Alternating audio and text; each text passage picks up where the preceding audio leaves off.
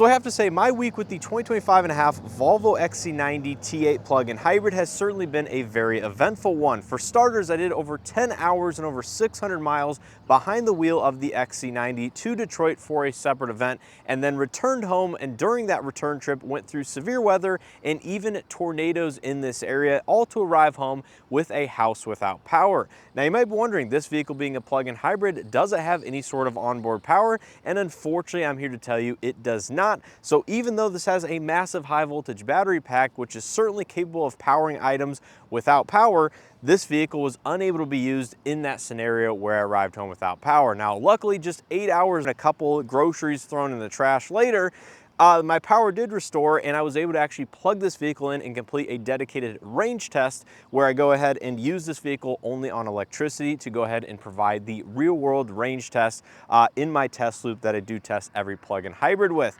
And as a whole, it did very well in that test, and I think there's a lot of attributes to really like about the XC90, particularly here in the 2025.5 refresh, which updated some of the interior technology, the styling to match some of their other vehicles, including the EX90 and EX30 all-electric platforms. But with that being said, I think there is something to be said about the value proposition of this vehicle as sitting behind me, which stickers at nearly $89,000, including destination. And for that price point, it's definitely one of the more expensive in the midsize three-row class, even being the plug-in hybrid and comparing it to that of the competition. So in today's video, I essentially want to run through everything I both like and dislike here with the refreshed XC90 compared to some of the other Volvos I've had here on the channel and their pricing structures, and overall just tell you how this vehicle is and really what some of the highlights and negatives are if you're considering purchasing one.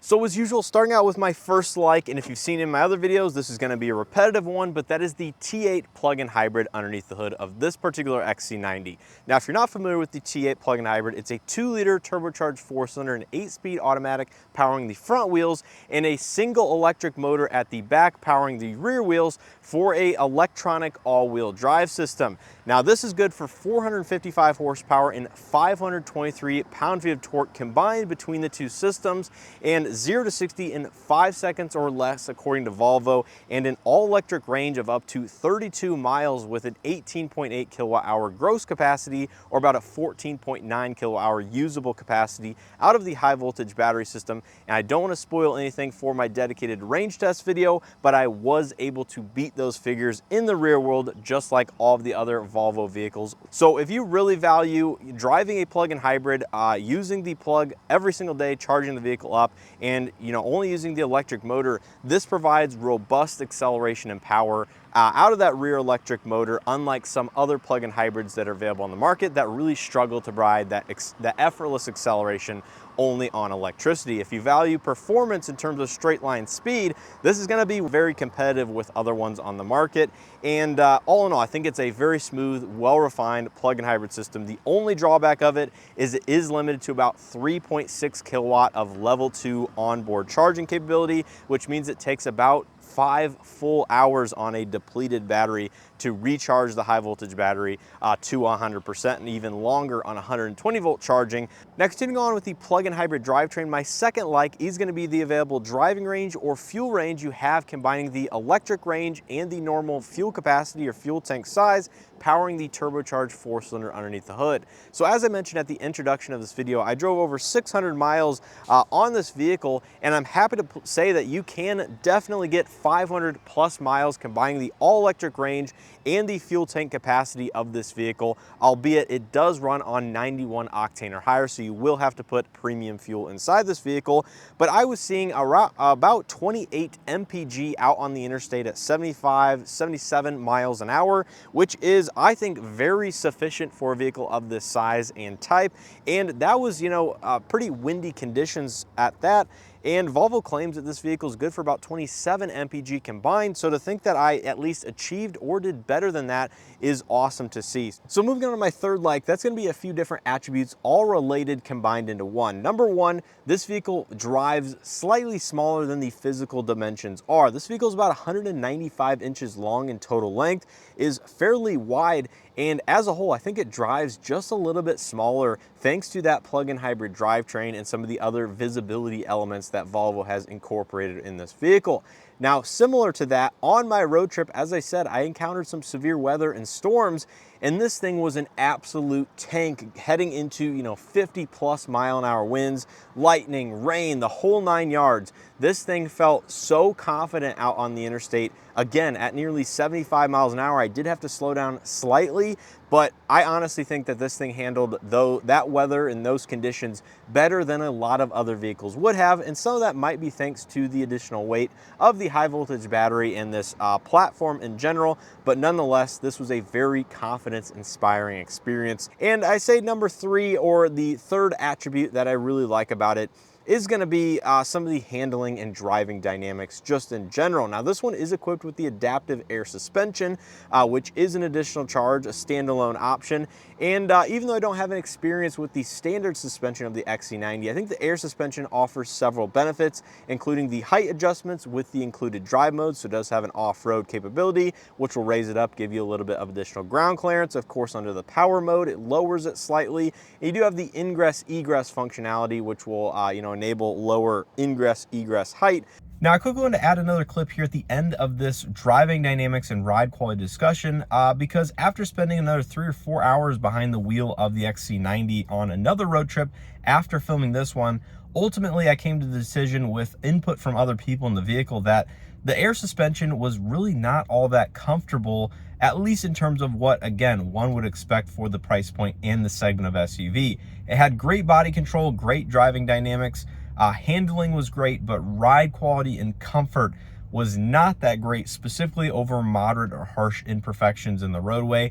It just felt a little bit unsettled at times, and the dampening wasn't that great. Now, I even went so far as to check the tire pressure to make sure it was correct and it was not overinflated or something according to what the door jamb specifies. And it was actually a couple pounds less than it should be from the factory, which really should make the ride even softer. But unfortunately, I just felt the XC90, at least this specific vehicle, was not tuned all that great, all things considered, and was quite harsh in the grand scheme of things. So moving to my fourth like, that is certainly going to be the quality of the interior materials and just the build quality, or the fit and finish in general. So this vehicle is a T8 Ultra, or the most fully loaded trim level of the XC90, with the plug-in hybrid and most of the additional options that you can equip on this vehicle.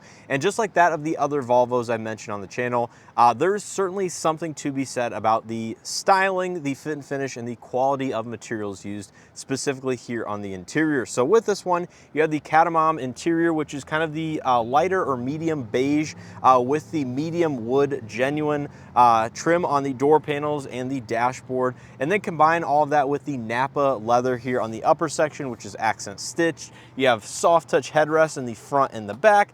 And then you have all of the genuine machined aluminum trim over the Bowers & Wilkins premium audio system. All of this works very well. It's very cohesive, and it all is tied in extremely well. So if you want a very nicely styled vehicle with tons of premium materials, what you would expect in this segment and price point of SUV, I think Volvo as a whole does a very good job. And then you have, of course, things like the crystal gear shift, which, are going to be found in some other vehicles in this segment, or just other vehicles on the market. But I just think it's a very cohesively designed interior, and one that's certainly premium in nature, which matches the premium price tag that this vehicle commands. So moving on to my fifth like, this is going to be a very simple one, especially if you've experienced this inside of a Volvo product, and that's going to be the Bowers & Wilkins premium audio system. Now, this is a $3,200 upcharge on top of the normal or standard Harman Kardon premium audio system, which is optional or standard depending on the trim level of XC90 that you do get. But if you're an audiophile, you like loud music, you like premium quality or premium sounding music, that is certainly going to be found with the Bowers & Wilkins. So if you do a lot of nighttime driving, this one will be very easy to understand. But my next like is going to be the fact that all three mirrors are automatic dimming here on the driver's side, the passenger side, and the interior rearview mirror. Now, unfortunately, some manufacturers out there, even in a premium or luxury segment, don't add that passenger mirror as auto dimming. They have just the driver mirror and the interior mirror as auto dimming. And just adding the fact that all three are auto dimming is just a much better experience at night, especially with today's headlight technology either not being aimed properly or people adding aftermarket solutions to their vehicles. It just makes the experience much more luxurious, much more premium, and much less stressful behind the wheel. So moving on to my final like with the XC90, that is going to be the available massaging front row seats. Now, believe it or not, this is not even a standard feature on the fully loaded Ultra trim level that I'm in. You do have to pay an additional $1,700 for the lounge package, which adds the massaging seat backs and the nicer suede headliner with pillar material. It is a very nice, thing to have the nicer material on the headliner and the pillars and the massage seats, but really for $1,700, I think that should be included as standard on the fully loaded Ultra trim level. But nonetheless, the massaging seats are actually pretty good in this vehicle. They're a little bit more aggressive and a little bit more, punchy in their nature. They're not as air bladder-esque as some of the others that are on the market, and you can adjust all of the levels of the speed and intensity on the infotainment system going through all of the different modes and whatnot. So if you take long distance trips frequently, I think the massaging seats are something to at least consider springing for the additional charge on this vehicle because they are slightly better than a lot of the other massaging seats out there. But just note, the bottom cushion does not have any sort of massage function. It is only limited to the seat back itself. So that's going to do it here for all my dedicated likes with the XC90. Now let's get into things that I didn't love so much about it, and frustratingly, some of these are repetitive issues. So starting out with my first dislike, that's going to be the fact that the infotainment system still absolutely sucks. Now, unfortunately, I thought Volvo was going to actually address this and fix it in their refresh products or next model year products moving forward, and is one of the reasons I really wanted to get behind the wheel of this vehicle and test it out just to see how much better the software and hardware really is. But unfortunately, I'm here to say it still has software glitches, it still has navigation problems, it's hard to use at times, and still actually has connectivity issues both on my smartphone and just with the premium audio system, losing audio signal entirely from this head unit. So in front of me, I have an 11.2-inch Google integrated infotainment system. It does support CarPlay, but I believe you have to actually plug it in with the USB port here in the center console. And, you can see it has the Google Maps built in, just like that of their last generation system. Has the latest software, so you can control all of the features and functionality here at the bottom. This is going to be your home button and the soft reset button, I should say. So if you hold this down for about 20 to 30 seconds, it will soft reset the system and bring audio back and everything like that. But nonetheless, I've had several issues with this infotainment system over the last week. Not only is it slow or laggy at times, so you hit that, and it takes, a second or two to actually pull up some of the drive modes or other menus just navigationally. So that's one issue. It causes double press issues from time to time. Number two is I have a Pixel 9 Pro that I've used on, I believe, the V60 and this XC90. And not only is connecting Bluetooth clunky for the very first time, I had to forget the device from here and my phone and go through the entire process 3 times to get it to actually work. But I have had issues where it connects, you can make phone calls, everything like that, but audio streaming will not work. So I tried forgetting the device and, repairing it. That didn't work. I had to soft reset the actual head unit, and then audio came back to the speakers inside the vehicle. And these are the same issues I was having in the XC60 and even the V60 at times that I've tested here on the channel. Unfortunately, I'm here to say they are still present here with this one. And, things like the camera, you pull up the 360 camera, it has the icons, they disappear after a second. Say you want to adjust something in the settings up here, so it pulls up the settings for the camera, volume, and wheel guidelines. Now from here, there's no way to get back to the actual just main menu or the settings page on the last screen without actually exiting the camera, entirely. And then if you pull down the notifications, it glitches right there. So you can't. So now you're basically stuck. At this point, you have nowhere to go. The software navigation does not work. You have to go to the home page, which exits out entirely, and then you have to go back in just to adjust additional settings. And that navigation and those hiccups and software glitches just should not be happening on a vehicle of this stature and this price point. Now, my second dislike here on the interior is not specific at all to the XC90, as many other manufacturers have this exact issue, but it is the fact that the wireless phone charger here in the middle center console does get hot after a relatively short amount of time of the device charging. So if you plan to use the wireless charger pretty frequently, unfortunately, just note that your phone either will get extremely hot and slow down in terms of its performance, or will stop charging entirely and be very hot to the touch when you take it off of the charger. So moving on to my third dislike, this was one, again, I was not expecting to have given the refresh enhancements and just this segment of vehicle in general, but that's going to be the noise levels inside the cabin, specifically at interstate speeds. So just to give you guys a little bit of background, I had a Genesis G80 that I drove to Joliet to meet with Drive Shop to swap vehicles on my way to Detroit. So I got directly out of the G80 into the XC90 right onto the interstate, and immediately it was apparent that this vehicle on the interior was louder than that of the G80. Now I know they're two different segment of vehicles, but I really do think that there's still some isolation and some NVH characteristics that Volvo could dial in with this vehicle to make it quieter on the interstate, specifically when it comes to tire and road noise. I really thought a lot of it was coming up from the bottom of the vehicle rather than the air rushing around the windows or anything. It's certainly not a bad experience. It's not the worst experience I've noted, but I think for the price point in this segment, it could be better and slightly more competitive. So if you're looking for the ultra quiet hush vehicle out on the interstate, I don't necessarily think that this one is going to be it, but it's certainly, again, not a bad experience, just something to consider. So coming to my next dislike, that's going to be a few attributes about here, the second and third row seating.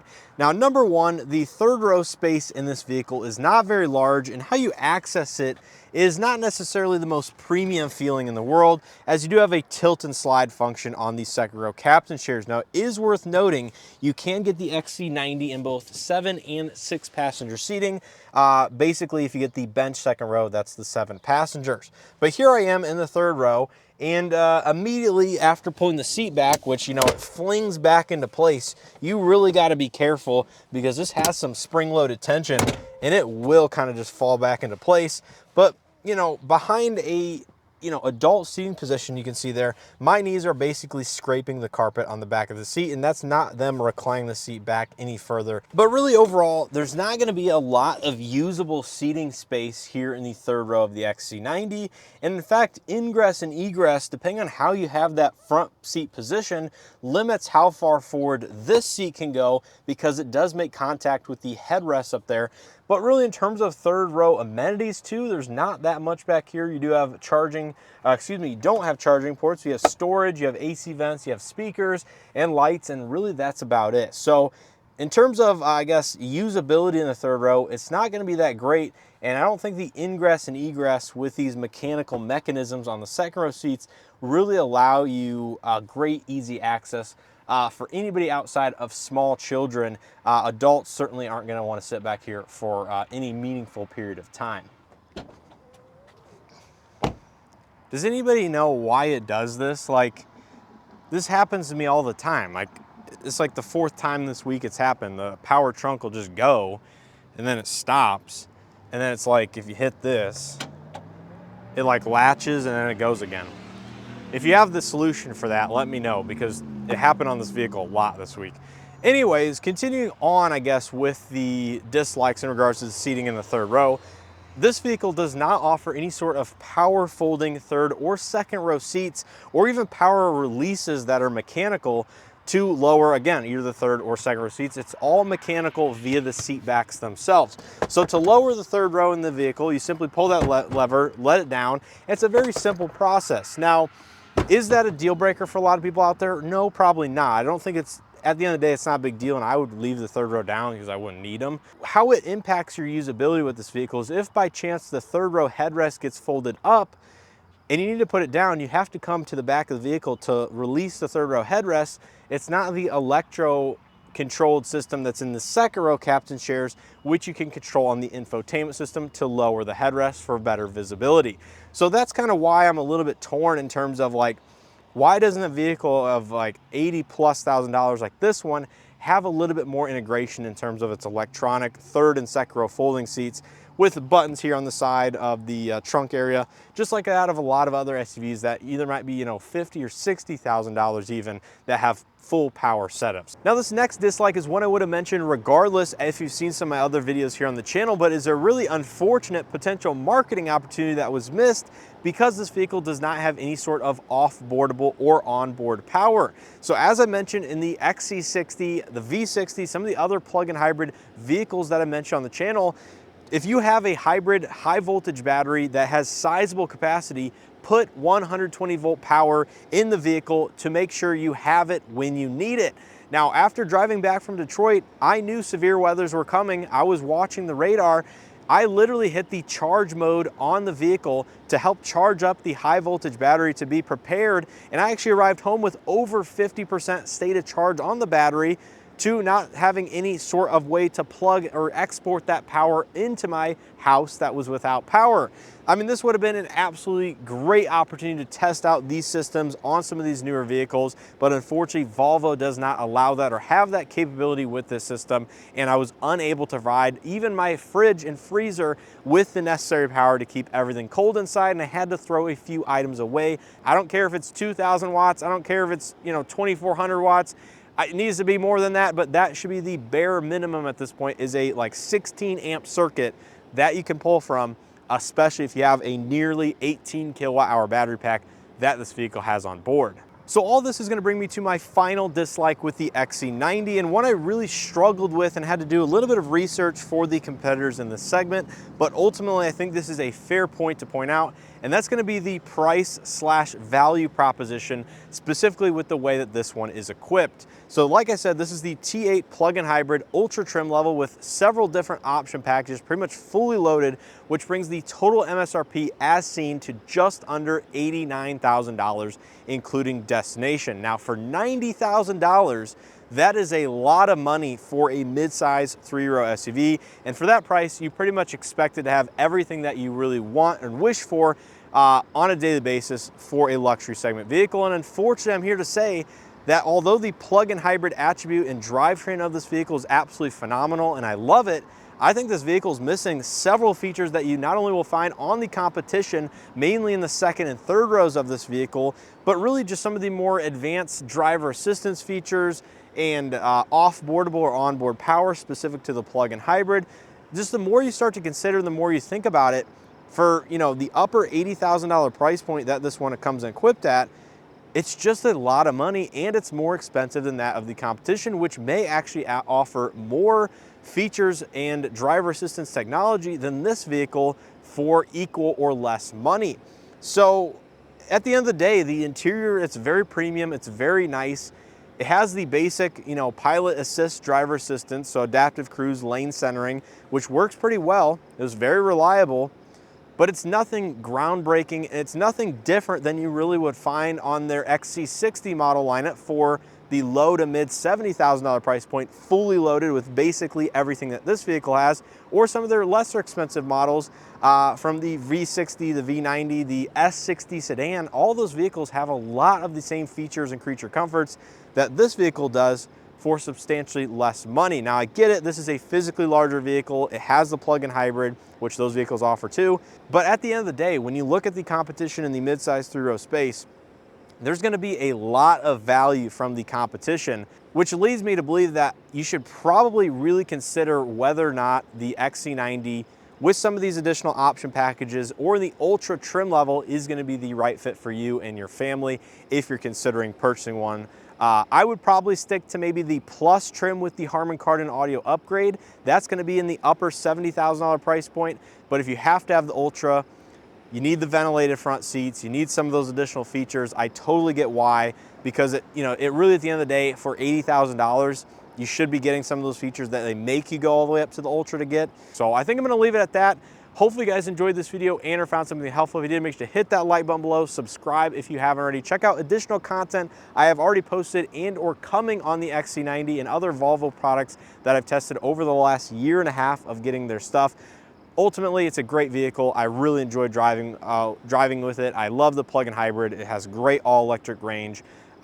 It's just ultimately coming in a little bit on the pricey side for what you're getting. Let me know what you guys think down in the comment section below. If you guys agree, disagree, want to add anything to my likes and dislikes, feel free to leave that down in the comment section below. How's your XC90 ownership experience been if you own the pre-facelift version of this vehicle? And I want to give a huge thanks to Volvo for sending this vehicle out for me to road trip up to Detroit and back, and to give you guys my overall impressions of. Really like it. Think it's styled good. It's premium, luxury, nothing to miss there. Just a little bit on the pricey side. With all that being said, I appreciate continued support here on the channel, and I hope to see you guys in the next one.